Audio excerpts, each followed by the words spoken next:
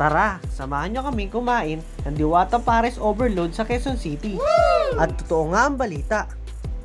Totoong dinudumog talaga ang kainang ito. Biro mo, alauna ng madaling araw kami dumating pero ang haba pa rin ng pila. Wow! Huwag kang mag-alala dahil mabilis lang humupa ito.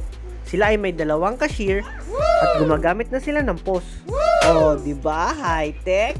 At makikita mo dyan kung tama ang mga orders mo. At ang presyo nga po pala ng pagkain dito ay naglalaro lamang sa 100 pesos hanggang 160 pesos. Sila din ay kompleto sa dokumento. Grabe, ganyan kadaming gasol. Yan sila, kalakas. Pagtapos mo magbayad, dito mo nakukunin ang iyong order. Ito nga po pala ay may libreng soft drink, only rice at only sabaw. 100 pesos lang yan. Ito nga po pala, mga kasama ko si BJ, si Kim, si JP at si Annie. Siyempre, si Joms. Bakbaka na.